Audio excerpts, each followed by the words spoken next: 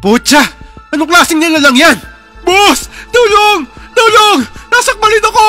Boss! Anong nangyayari dyan? Bakit kayo nagsisigawan?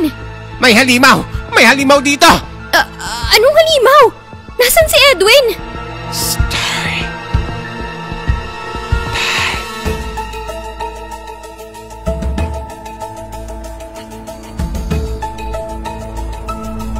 Ako si Flora. 36 years old na ako ngayon. Tubong sikihor. Pero ang ikukwento ko ay nangyari noong minsan ako namasukan sa isang bayan sa Cebu. Itatago ko ang mga totoong pagkakilala namin dahil pinangako kong hindi ko to ikukwento sa iba. Nung bata ako, akala ko'y simple lang ang buhay. Wala akong pakialam kung mahirap kami o kung minsan ay walang makain. Pero habang lumalaki ako, ay unti-unti akong namulat sa realidad ng buhay. Nagsimula akong mangarap na makaahon sa kahirapan. Lalo na kapag nakikita ko ang mga kababayan namin na umaalis sa lugar namin. At kapag bumabalik sila, ay marami ng dalang pera at mga pasalubong sa pamilya nila. Natuto akong mainggit sa mga bagay na wala ako. Kaya naman nagsimula din akong mangarap na makaalis sa bayan namin para magtrabaho. Nang mabigyan ako ng oportunidad, ay agad kong sinunggaban to. Isa kasi sa kababayan namin ang nag-aya sa akin para magtrabaho sa Cebu nito. Ayaw akong payagan ni nanay kasi 18 pa lang ako nito at first time kong malalayo sa kanila. Inay, payagan niyo ko para naman matulungan ko kayo ni tatay sa paghahanap buhay. Nahihiya ako sa'yo, anak. Dapat nag-aaral ka at hindi nagtatrabaho. Kaya nga po payagan niyo ko para mapag-aral ko mga kapatid ko. Para naman hindi sila magaya sa akin na hindi man lang nakatapos ng elementarya. Sige na po, Nay. Sanay naman ako sa gawaing bahay kaya hindi na ako mahihirapan. Anak ko, pero kung hindi ka na magpapapigil, sige na nga, pumapayag na ako. Nang ihatid ako ni nanay sa daungan, ay halos maluwa-luwa siya. Pero alam ko na sa kabila ng mga luhang yon, ay ang pag-asang may aahon ko sila sa kahirapan. Kaya naman sa pag-alis ko, ay puno ko ng mga pangarap para sa aking sarili at sa aking pamilya. Sobrang excited ako nito habang nakasakay sa bus na magdadala sa akin sa Cebu. Ito na kasi ang simula ng katuparan ng mga pangarap ko. At dito rin magsisimula ang roller coaster ng buhay ko, kung saan hindi lang trabaho ang natagpuan ko doon, kundi isang pag-ibig at nakakatakot na karanasan. 10,000 isang buwan ng sahod mo rito. All around ang magiging trabaho mo rito. Kasama na ang paglalaba at pamamalengke. Kakayanin mo ba yon? Naku, Dok, wala po akong inaatrasang laban. Kayang-kaya ko po. Kayod kalabaw po ako dun sa amin. Tsaka magkano po ang sahod? 10 milyon? 10,000. Sabi ko nga po, 10,000. Kayo naman po, hindi na mabiro. Pero salamat po, Dok, at tinanggap niyo ako rito. Kapag nagkataon, first time ko po na makahawak ng 10,000. Palagi kami nasa hospital na mag-asawa, kaya halos ikaw lang ang tatao rito. Huwag kang magpapapasok ng hindi mo kakilala. Opo, ako po ang bahala sa bahay niyo. Safe na safe po to sa akin. Parehong doktor ang mag-asawang amo ko nito. Ang sabi naman na nagrekomenda sa akin ay parehong mabait ang mag-asawa. Pero masungit si Dr. Napoleon kasi hindi siya ngumingiti. Napakaseryoso na mukha niya. Tingin ko'y nasa 50 years old na siya nito. Wala silang kasamang anak sa bahay. Pero ayoko nang tanungin pang tungkol dito. Ang nasa isip ko lang nito na mabuti nga yun na dalawa lang sila para wala masyadong labahin. Maluwag ang bakuran ng mga amo ko. Malaki rin ang bahay at mataas sa mga bakod. Hindi naman subdivision sila nakatira kasi napapalibutan din ang bahay nila ng mga normal na bahay lang. Pero halos hindi ko masilip ang nasa labas ng bahay dahil masyadong mataas ang bakod nila pati ang gate. Sobrang nakakapagod din talaga ang maglinis dito dahil malaki ang bahay nila. 5 kwarto ang nasa itaas at lahat ay nililinis ko. Maliban nga lang sa isang kwarto, yung nasa pinakadulong bahagi ng bahay. May kwarto kasi dito na bawal ko raw pasukin, bawal ko rin buksan o tignan ang nasa loob nito. Kaya hinayaan ko na lang to. Inisip ko na lang nito na mabuti nga yun dahil nabawasan yung trabaho ko. Pero bukod sa pagod, ay wala naman ako may irereklamo sa mga amo ko. Kasi mababait talaga sila. Kapag nasa bahay naman kasi sila, ay bihira lang nila akong kausapin. Tipid na tipid silang makipag-usap. Para bang bahay-ospital lang ang routine nila. Pero madalas akong bangungutin sa bahay nila. Pero iniisip ko na lang nito na 10,000 sahod din to. At hindi ko to kikitain kapag nasa sikihor ako. Kaya naman in-enjoy ko na lang yung pamamasukan ko rito. Sanay naman akong kausapin ng sarili ko kaya hindi ako matutuyuan ng laway. Pagkalipas ng isang buwan, ay nahawakan ko na ang unang sahod ko. Bumili ako ng second hand na cellphone, pero di keypad pa lang ang cellphone ng mga panahon na to. Nang mahawakan ko na ang 10,000 at makabili ako ng cellphone, ay nawala ang lahat ng pagod ko. Nakapagpadala na rin ako ng pera sa amin at nagkaroon pa ako ng malilibangan. Nung una, nakikipagharutan lang ako sa text. Wala naman kasi akong balak seryosohin yung mga taong hindi ko naman nakikita at sa text ko lang nakakausap. Hanggang sa makilala ko si Edwin, ang unang lalaking minahal ko. Isang araw ng umaga, dinalan ko ng almusal sila doktor sa taas. Isinabay ko na rin ang paglilinis sa isang kwarto. Habang abala ako sa pagpupunas ng alikabok sa bintana, nang mapansin ko ang isang lalaking kumakaway sa kabilang bahay. 2 kamay pa nito ang winawagayway niya sa direksyon ko. Nasa bubong siya at wala pang pang-itaas na damit. Ano pa tong lalaking to? Sa bubong pa talaga nag-e-exercise? Ibang trip din ito Grabe, ang ganda ng katawan at gwapo. Hello, Miss Beautiful! Anong pangalan mo? Napalingon ako sa magkabilang side ko. Baka lang kasi may nakikita siyang iba na hindi ko nakikita. Nang wala akong makita, ay tinuro ko ng sarili ko kung ako ba yung kinakausap niya. Oo, ikaw! May iba pa bang maganda dyan? Hoy, ikaw masyado kang bolero. Kinilig pa ako ng mga panahong to kasi alam ko namang hindi ako kagandahan. Pero may nagagandahan sa akin at gwapong lalaki pa. May kalayuan to sa amin pero sumisigaw talaga siya para makausap ako. First time din na may pumuri sa kagandahan ko, kaya sinong marupok ang hindi kikiligin. Kaya sa bintana at bubong, dito nagsimula ang love story namin ni Edwin. Madalas siya na akong abangan sa labas tuwing magtatapon ako ng basura. Kinuha niya ang cellphone number ko at naging mag-textmate kami. Callmate pa nga ako minsan pag may load ako. Minsan niloloadan niya ako pero madalas ay pinapasahan ko siya ng load. Kumbaga bigayan lang. 1 linggo siyang nanligaw sa akin at sinagot ko siya kaagad. Mahirap na dahil baka mauntog. At dahil may pinagpupuyatan na akong textmate nito, ay madalas na akong late matulog. Kaya naman dito ko lalong napapansin ng kakaiba sa bahay ng amo ko. Tuwing gabi kasi, nakakarinig ako ng mga kalabog mula sa 2nd floor. May umuungol at dumadaing doon. Nakakatakot ang bawat pag-ungol niya. Kaya naman lagi ako natatakot kapag sumasapit na ang gabi. Ang laki-laki pa naman ng bahay nila. Kaya iniisip kong baka pinamamahayan to ng mga maligno. Katulad na lang ng gabing to, wala pa ang mag-asawang amo ko nito nang makarinig ako ng malakas na kalabog sa itaas. Takot na takot ako dahil mag-isa lang ako. Hindi na sana ako lalabas ng kwarto pero naisip kong baka magnanakaw yon. Baka kasi kapag may nawala ay sa akin papabayaran. Kaya napilitan akong lumabas ng kwarto. Kumuha ako ng kutsilyo sa kusina para pang depensa kung sakaling may magnanakaw nga.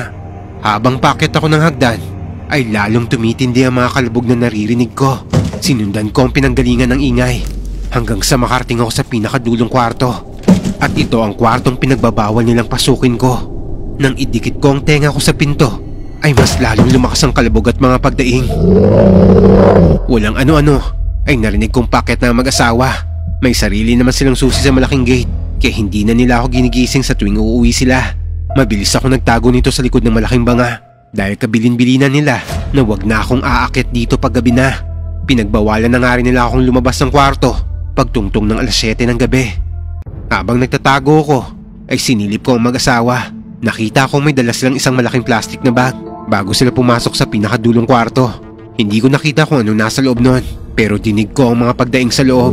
Pero ang nakakapagtaka nito, wala namang dumadaing sa kwarto na yun tuwing umaga.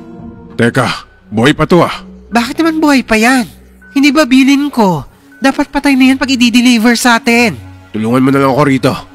Hindi ko alam kung ano yung pinag-uusapan nila nito pero kinikilabutan ako. Hindi ko na sinili pa ang ginagawa nila kahit sobrang nako-curious ako. Mabilis kong tinakbo ang hagdan at halos liparin ko na ang pagbaba para lang hindi nila ako makita. Sandali lang, parang may tao Narinig ko ang yabag ni Doktora pababa sa hagdan. Sumiksik kaagad ako sa likuran ng TV. Makaluma na ang disenyo ng TV nila noon. Parang yung mga black and white lang noong araw. Palibasa hindi sila nanunood at ginawa na lang nilang display ang TV. Saan ka ba pupunta? Tulungan mo ako kako rito. May narinig akong tumakbo Bahagyang tumingala si Doktora sa hagdan para kausapin yung asawa niya. Kaya sinamantala ko na to para takbuhin ng kusina. Nasa gilid kasi ng kusina yung kwarto ko. Pagkapasok ko ay nahiga kaagad ako sa kama at nagtalokbong ng kumot kahit mainit. Hanggang narinig ko ang yabag ni Doktora, pati na ang pagbukas niya sa pinto ng kwarto ko. Nagtulog-tulugan na lang ako nito para hindi niya mahalatang lumabas ako ng kwarto. Pineke ko pati paghilik ko. Mukhang naniwala naman siya sa acting ko kasi lumabas din kaagad siya sa kwarto ko. At pagkatapos ay narinig ko ang pag-akit niya sa hagdan. Gawa kasi sa kahoy ang hagdan nila at may takong ang sandals ni Doktora. Kaya bawat tunog nito'y kabisado ko na. Kaya naman matitiyak kong nakaakit na si Doktora. Ay tinawagan ko na si Edwin. Edwin, natatakot ako rito. Bakit naman? Dahil sa multong umuungol? Flora naman, malaki ka na. Kaya dapat hindi ka na naniniwala sa multo. Hindi yun. Yung mga amo ko kasi, parang may kakaiba silang ginagawa. Narinig ko sila, parang may papatayin sila. Baka naman hayop lang ng pag-eeksperimentohan nila. Masyado ko naman matatakotin eh. Doktor yung mga amo mo eh. Ewan ko pero natatakot na ako. Gusto ko na umalis dito. Teka, bakit ka alis? Paano ng plano ko? Anong plano mo? Plano ko natin. Kung aalis ka, paano pa tayo magkikita? Tsaka paano na yung mga kapatid mo? Sa bagay, saka kababali ko lang ng pinambili ng cellphone ng kapatid ko. Hindi pa ako pwedeng umalis dito. Pero kasi, natatakot na ako sa kanila. Mababait yung amo mo. Matagal na ako nakatira rito kaya alam ko. Nanggagamot nga ng libre yung mga yan eh. Kaya huwag kang matakot. Tsaka, nandito naman ako eh. Naman eh, pinakikilig mo ko. Talaga? Handa mo akong ipagtanggol? Oo naman. Lahat gagawin ko para sa'yo. Kahit buhay ko, ibibigay ko. Uy, OA na yan. Totoo nga. Naman eh. Oh, hindi ka na ba takot? Konti na lang. Teka, baka may extra load ka dyan. Pang-unlicall ko lang. Mag-unlicall ka pa. Naka-unlicall na ako. Ako na lang ang tatawag sa'yo. Marami akong napapansin na iba sa ugali ni Edwin na kung tawagin ngayon ng marami ay red flag. Sobrang daming red flags. Pero dahil mahal ko, nagbulag-bulagan ako. Nagpakatanga ako kasi masaya naman ako eh. At nadadala ako sa mga matatamis niyang salita at mga pangako. Ang sabi pa niya, sinasadya niyang umakit sa bubong ng bahay nila para lang makita ang kagandahan ko. Katulad na lang ng isang araw, habang pinagsisilbihan ko ang mga amo ko, gustong gusto kasi nila kumakain sa veranda. Kaya doon ko dinadala ang agahan nila. Pagdala ko rito, may narinig akong malakas na pagsitset. Psst! Psst! At pagtingin ko, kumakaway si Edwin mula sa bubong. Natulala pa ako kasi gwapo talaga ang boyfriend ko at malaki ang mga muscles. Laura, ano bang tinitignan mo dyan? At para kang kitikiti. Ay, sir naman. Nagugulat naman po kayo eh. Wala po akong tinitignan. Nakahanda na po yung agahan nyo. May bisitang darating mamayang gabi. Kaya naman maaga ka matulog. Huwag ka nang lalabas ng kwarto kapag dumating kami. Sige po. Ano po bang lulutuin ko? Menudo, mechado, kaldereta, ano po? Hindi na kailangan. Basta pagdating namin, huwag ka nang lalabas ng kwarto. Dali mo na lang ang mga kailangan mo sa kwarto mo. Gusto ko pa sana magtanong kung bakit, pero kunot na naman ang noon ni Doc Napoleon nito. Tahimik na rin siya, kaya tumahimik na lang din ako. Hindi ko pa rin maiwasang matakot nito dahil sa nangyari nung nakaraang gabi. Pero wala naman ako magagawa kasi baka wala na ako mahanap ng trabaho na mas mataas pa magpasahod ng tulad sa kanila. Saka isa pa, may advance ako at kailangan ko yung bayaran sa susunod na sahod ko. Pagsapit nga ng gabi nito ay sinunod ko na lang ang bili ni Doc. Nagkulong ako sa kwarto nang marinig ko ang pagdating ng sasakyan nila. First time ko makakita na magkaroon sila ng bisita. Pero ang pinagtataka ko nito, bakit ayaw nila akong palabasin?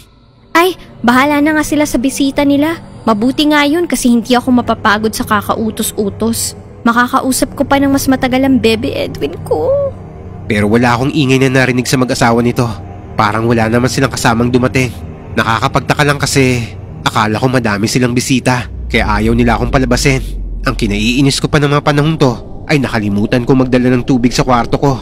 Nasa taas naman sila eh. Baka pwede naman siguro akong pumunta sa kusina. Lumabas ako ng kwarto para kumuha ng tubig. Nang makakuha ako, ay may narinig ako nag-uusap sa may likurang pinto. Nang silipin ko to, ay nakita ko si Doktora na may kausap na lalaki. Hanggang nakarinig na naman ako ng makakalabog sa taas ng bahay. Kasabay ng malakas na pagtawag ni Doc Napoleon sa asawa niya. Napasiksik na lang ako nito sa gilid ng ref para hindi ako makita ni Doktora habang umaakyat siya. Nang mga oras na to, sobrang nagtataka na ako sa ginagawa nilang mag-asawa. Dahil sa kuryosidad ay tahimik at walang ingay akong umakyat sa hagdan. Pinakinggan kong mabuti kung anong pinag-uusapan nila. Nang sumilip ako sa taas ay nakita ko si doktora na pumapasok sa pinakadulong kwarto. Yung puso nahulog sa sahig. Pulutin mo. Teka, sandali lang. Dahan-dahan lang kasi. Napatakip ako ng bibig sa narinig ko. Dahan-dahan akong umatras habang pigil ang paghinga. Walang ingay akong bumaba sa hagdan at halos takbuhin ko ng pinto sa likurang bahagi ng bahay. Diyos ko, ano ba tong pinasok ko? Hindi kaya nagbebenta sila doktora ng organ ng tao? Baka ibenta nila ang kidney ko. Hindi ako papayag. Aalis na ako rito. Talagang bala ko nang umalis ng gabing to sa bahay nila. Ayokong abutan pa ako rito ng umaga dahil hindi ko na kayang tiisin ng takot. Pero nang palabas na ako, ay biglang may humatak sa akin. Tinakpan pa niya ang bibig ko, kaya hindi ako nakasigaw. Flora, ako to! Edwin, Diyos ko, ikaw nga. Paano ka nakapasok dito? Lahat kaya kong gawin basta makita lang kita, no? Mamaya na ang kalandian. Umalis na tayo rito. Teka, saan ka pupunta? Doon muna ako sa bahay ninyo, pwede ba? Natatakot na ako rito eh. Baka mamatay ako rito. Ayoko pa mamatay. Ha? Ano ba nangyayari? Bakit aalis ka? Gabing-gabi na. Para kasing may ginagawang masama ang mag-asawang doktor. Parang nagbebenta sila ng lamang loob ng tao. Imposible yan, no? Matagal na kaming kapitbahay ng mga yan. Pero narinig ko, may nalaglag na puso raw. Malay mo naman kung puso ng hayop yun. Huwag kang praning. Hindi ka pwedeng umalis dito ngayon. Bakit naman hindi? Kasi kung totoo ang iniisip mo, kapag umalis ka ngayon, tingin mo hindi sila maghihinala sa'yo? Kung malaman nila na alam mo na pala ang sekreto nila, baka puntang ka nila sa inyo at madamay pa yung magulang at kapatid mo. Tinatakot mo naman ako eh. Paano kung hindi ako aalis? Baka ako na ang isunod na katayin nila. Hindi mangyayari yun.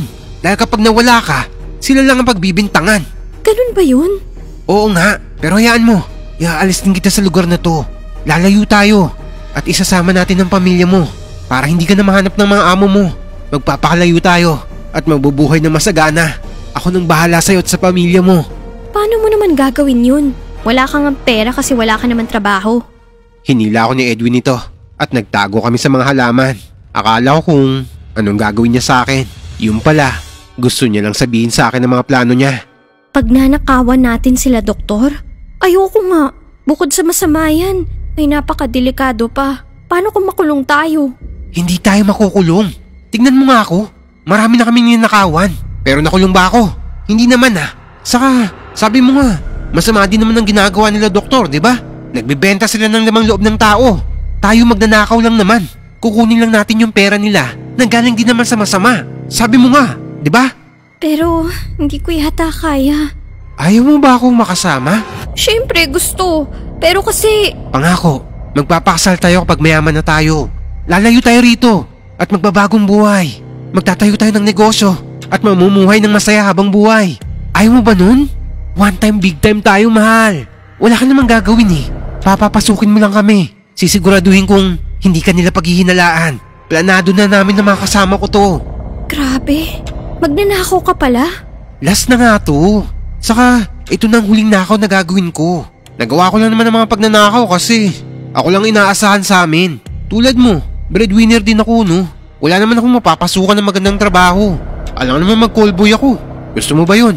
Kung sino-sino matrono kaya baklang Teka, huwag mo nang ituloy. Sige, payag na ako. Pero siguraduhin mong hindi ako madadamay kapag nagkabukuhan na. Oo naman. Hayaan ba naman kitang mapahamak? Love na love kita. Tutul man ang loob ko, ay pumayag na rin ako sa gusto ni Edwin. Hindi ko siya kayang tiisin ng mga panahon na to. Ayoko magalit siya sa akin at iwanan niya ako. Ganito ako naging bulag sa pag-ibig noon. Kaya pinilit kong umakto ng normal sa harap ng mga amo ko. Kahit na sobrang natatakot na ako sa kanila. Hanggang sa dumating ang araw na pinakahihintay ni Edwin. May pupuntahan ng mga amo ko ng araw na to. Kaya umaga na sila makakauwi nito. Pagkakataon na ng grupo nila para pasukin at pagnakawan ng bahay ng mga amo ko. Edwin, uumagahin ang uwi sila, doktor. Gawin na ninyo ngayon ang balak nyo para makaalis na rin ako rito. Hindi ko na kayang tumagal dito. Flora, hulog ka talaga ng langit. Kaya mahal na mahal kita eh. Siguradong yayaman na tayo. Hindi na tayo maghihirap pagkatapos nito. Pangako ko sa'yo yan. Kahit ayoko sa gagawin namin, ay hindi ko mapigil ang mangarap ng bagong buhay kasama si Edwin. Umasa ako sa mga pangako niya. Inisip ko na lang na ang pagnanakawan namin ay masasamang tao rin naman. para hindi ako makonsensya nito. Kaya naman ang gabing to ay hindi ko na sinara ang gate para makapasok sila Edwin. 3 silang magkakasama at nakasuot pa ng itim na damit at bonnet. Mata lang nila ang nakalitaw. Edwin, ikaw ba yan? Asan ka dyan? Mahal, ituro mo nilang kung saan ang kwarto ng mag-asawa para mabilis tayo. Uunahin namin pasukin yon. Edwin, yung pangako mo hindi ako madadawit dito. Itali kaya niyo ako tapos lagyan niyo ako ng black eye. Sige, pero mamaya na yan. Umakyat kaming lahat sa taas. Hinulughog ng 2 lalaki ang mga kwarto. Habang si Edwin ay tinali ako sa isang kahoy na upuan. Mahigpit ang pagkakatali niya sa akin para hindi ako paghinalaan. Nang bumalik ang mga kasama niya, ay konting pera lang ang nahanap nila. Wala pang mga alahas. Lintik na yan Akala ko ba maraming alahas ang mag-asawang yun? Aba malay ko, may nakikita naman akong kwintas, hikaw at relo na palaging suot ni Doktora. Lak ng putya naman Oh, maghanap pa kayo. Dahil narinig ko ang pagkaasar sa boses ni Edwin, ay itinuro ko sa kanila ang dulong kwarto. Dahil baka doon nila tinatago ang kayamanan nila. Narinig nyo? Puntahan nyo yung dulong kwarto. Kukunin ko lang mga gamit na pwedeng ibenta rito. Mga antigo rin tong mga to Boss! Nakasara yung pinto! Lintik na yan Eh di buksan mo! Ano bang ginagawa sa mga nakalak? Edwin, balikan mo ko rito Baka ibenta nila ang lamang loob ko rito Oo, babalikan kita. Sama na lang kaya ako sa inyo. Huwag niyo na akong iwan dito. Hindi pwede. Sinisigawan mo ba ako? Hindi. Kapag sumama ka kasi sa akin, paghihinalaan ka nila. Baka maging wanted ka pa kaya mas mabuting maiwan ka rito. Akong bahala sa'yo. Babalikan kita. Basta promise mo, babalik ka Oo, wala ka yatang tiwala sa akin Teka nga, at tutulungan ko na sila. Magbubukas lang ng nakalak Hindi pa magawa. Boss! May umuungol sa loob! Parang may tao! May kumakaluskos Flora, akala ko ba walang tao rito? Wala nga. Sila doktor at doktora lang naman ang nakikita kong tao rito. Pero may umuungol talaga dyan tuwing gabi. Huwag na kaya niyong pasukin yan. Baka mamaya halimaw yan nandyan. Ano? Multo? Aswang? Mariosep naman, Flora. Naniniwala ka pa sa ganyan? Teka nga lang. Sandali! Ako magbubukas! Ilang sipa lang ang ginawa ni Edwin at bumigay na ang pinto. At agad nilang nabuksan to at nagsipasok silang 3. Pero ilang saglit lang ay nagsisigawan sila ng sobrang saya. Boss! Mayaman na tayo! Woo! Sabi ko sa inyo maperang matatandang nakatira rito Saan ba nila dadali ng pera nila? Wala naman silang anak. Ang daming pera nito. Yayaman tayo dito, boss. Kahit matagal tayong hindi magnakaw mabubuhay tayo. Woo! Rinig ko ang masayang tawanan nila. Kaya napapangiti na rin ako nito. Naisip ko ang lahat ng hirap na dinanas namin ng pamilya ko.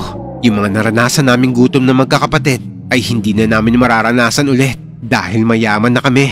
Sasama na kami kay Edwin at magtatayo ng negosyo sa malayong lugar. Lahat ng masasayang pwedeng mangyari ay nai-imagine ko na nito. Pero ang mga masayang sigawan nila ay agad na palitan ng takot at pagkasindak. Putya! Anong klaseng nila lang yan? Boss! Tulong! Tulong! Nasakmalin ako! Boss! Anong nangyayari dyan? Bakit kayo nagsisigawan? Malalakas na kalabugan ang nangyari nito. May mga narinig pa akong malalakas na pag-ungol. Kaya lalo kong kinabahan. Unang lumabas ang isang lalaki. Paika-ika siya habang hawak ang sikmurang dumudugo. Pare-pareho kasi sila ng damit at itsura. Kaya hindi ko sila makilala. Edwin, ikaw ba yan? Ano nangyayari? May halimaw! May halimaw dito! Anong halimaw? Nasaan si Edwin? Tumakbo pababa sa hagdan ng lalaki na takot. Kasunod nito ang isa pang lalaking nagtanggal ng bonnet. Natatakot na rin ako nito. Lintik kayo! Bumalik kayo rito! Mga duwag! Tang na, bossing! Ayoko pang mamatay! Sa'yo na lahat ng perang yan! Hoy! Kalagan mo ako rito! Kalagan mo ako! Bahala na kayo dyang dalawa! Tumakbo to palabas at iniwan nila si Edwin sa loob ng kwarto. Hanggang sa nakarinig ako ng malakas na kalabog nito. Kaya sigaw ako ng sigaw sa sobrang takot at pag-aalala. Akala ko mamamatay na si Edwin nito. Pero nakita ko siyang lumabas na may hawak na bag. Hindi yun nakasarang mabuti kaya nasilip kong pera ang laman ng bag na yun. Edwin, salamat naman at buhay ka. Ano ba nangyari? Ano yung halimaw na sinasabi nila? Hindi ako pinansin ni Edwin nito. Mabilis lang niyang isinara ang bag. At pagkatapos ay binitbit pa ang ibang bag nang nauna niyang pinaglagyan ng ninakaw nila. Nagmamadali ang kilos niya nito. At kita ko rin na may kalmot siya sa braso niya. Edwin, kalagan mo na ako. Baka ako naman ang lapain ng halimaw na sinasabi niyo. Bilisan mo na, kalagan mo na ako. Hindi pa rin niya ako pinapansin nito. Isinukbit niya ang bag niya sa likod at mabilis na naglakad papunta sa hagdan. Nataranta na ako nito. Naririnig ko na ang pag-ungol sa kwarto. Sinubukan kong pumiglas sa pagkakatali sa akin, pero talagang mahigpit to. Edwin! Huwag mo akong iwan dito! Mamamatay ako rito! Eh di mamatay ka ng lintik ka! Anong sabi mo? Edwin! Huwag ka magbiro ng ganyan! Pakawalan mo ako rito! Bumalik kang hayop ka! Mga yabag na lang niya ang narinig ko, pati na ang pagbukas ng pinto. Kaya napahagulgol na lang ako sa sobrang sama ng loob at sa takot na rin. Hanggang nakarinig ako ng mabigat na yabag mula sa kwarto. Ilang saglit lang ay bumungad dito ang isang nilalang na payat at natutuyot na ang balat. Tapos dilat na dilat ang mga mata nitong nanilisik na nakatingin sa akin. Para tong tuod na gumagalaw. At dito pala nanggagaling ang mga naririnig kong pag-ungol gabi-gabi. Para akong hihimatayin sa sobrang takot nito. Lalo na maglakad to papunta sa akin. Namura ko sa isip ko si Edwin habang malakas na umiiyak nito. Maranig? May maranig dito! Tulungan niyo ako! Edwin! Halos mamaos ako sa kakasigaw. Pero imposibleng may makarinig pa sa akin. Ang pinakamalapit kasi na kapitbahay nila doktora ay sila Edwin. Sinubukan kong iusog ang upuan ko gamit ang mga paa ko. Mabuti na lang talaga dahil hindi tinali ni Edwin ang mga paa ko. Nang palapit na ng palapit sa akin ng halimaw, pinilit kong iangat ang sarili ko. At dahil nakatali ako, ay sumama ang upuan sa pagtayo ko. Nang makalapit sa akin ang halimaw, ginamit ko ang upuang nakatali sa akin para hampasin siya. Napausog ang halimaw dahil sa ginawa ko, kaya paulit-ulit ko siyang binangga gamit ang upuan. Nang makita akong napalayo sa akin ng halimaw, ay mabilis ko nang tinakbo ang hagdan buhat-buhat ang upuan. Dahil sa takot at pagmamadali, ay hindi na ako nakapag-ingat sa pagbaba. Dahil na rin sa daladala kong upuan, ay nahirapan akong balanse ng katawan ko. Kaya naman sa isang maling hakbang ko, ay nahulog ako sa hagdan kasama ang upuan. Patagilid akong bumagsak sa sahig kaya napadaing ako sa sobrang sakit. Mahilo-hilo pa ako nito dahil sa pagkabagok ng ulo ko. Pero pinilit kong makausad papunta sa pinto. Hindi man lang kasi naalis ang upuan mula sa pagkakatali sa akin. Napapaiyak na ako nito sa sobrang kamalasang nararanasan ko. Naririnig ko pa ang halimaw na umuungol mula sa itaas ng bahay. Nang lumingon ako sa hagdan, ay nakita ko ang halimaw na nasa tuktok na mismo ng hagdan. Sa takot ko, ay pinilit ko ulit na makatayo kahit na sobrang hirap na. Nakausad naman ako gamit ng mga paa ko. Hanggang marating ko na ang pinto. Mabuti na lang dahil naiwan tong nakabukas ni Edwin. Tulungan niyo ako! May maranig dito! Tulong! Sumigaw ako nito ng napakalakas para humingi ng saklolo. Pero talagang walang nangangahas na tulungan ako. Hirap na ako nito dahil ramdam ko rin na nagkaroon ng sugat ang ulo ko dahil sa pagkakabago ko sa sahig. Hayop ka, Edwin! Manluloko ka! Ginamit mo lang ako! Hanggang sa wakas ay naamin ko sa sarili ko nito na ginamit nga lang talaga ako ni Edwin. Niloko niya ako para manakawan ng mga amo ko. Napakatanga ko dahil nabulag ako sa pag-ibig at nagpautulang ako sa kanya. Buong akala ko nito ay mamamatay na ako ng gabing to. Palapit na ng palapit kasi sa akin ang halimaw. Kahit tuod ang bangkay ay nagagawa pa rin itong makababa ng hagdan. Nanlalabo na ang paningin ko nito. Dala ng takot, galit at pagkahulog ko sa hagdan. Bago ko tuluyang nawala ng malay, ay narinig ko ang ugong ng sasakyan nila doktora. Pati na rin ang mga yabag nito habang tumatakbo palapit sa akin. Diyos ko! Mama! Paano kayo nakalabas ng kwarto? Pagkatapos kong marinig to kay doktora, ay nawalan na ako ng malay. Nang magkamalay ako, ay maliwanag na at nakahiga na ako sa kama ko. Ramdam ko ang sakit ng ulo ko, kaya kinapa ko pa to. Naka-bandage na ang sugat ko. Mukhang ginamot ako nila doktora. Mabuti naman at gising ka na. Dok, patawarin po niyo ako. Wala kang kasalanan. Hindi mo naman ginusto na manakawan kami. Mabuti nga dahil yan lang ang inabot mo. Natahimik ako at nakaramdam ng konsensya. Akala ni doktor ay biktima ako. Dahil nakita nilang nakatali ako at agaw buhay ako kagabi. Hindi nila alam na kasabwat ako ng mga magnanakaw. Kami ang patawarin mo, Flora. Hindi ko naman alam na makakawala si Mama at muntik ka pa niyang mapatay. Dok, yung halimaw o maranhig, mama niyo yun? Umiling si Dr. Napoleon sa akin nito. Yung maranhig pala ay nanay daw ni doktora. Hindi raw nito na ipasa sa anak ang pagkakaaswang niya. Kaya noong namatay to ay naging maranhig to. Bumabangon daw at nabubuhay sa gabi ang bangkay para kumain. Ang sabi ni Dr. Napoleon ay bumibili raw sila ng mga hayop para maging pagkain ng maranhig. Minsan ay biik na nakatay na at kung minsan naman ay manok.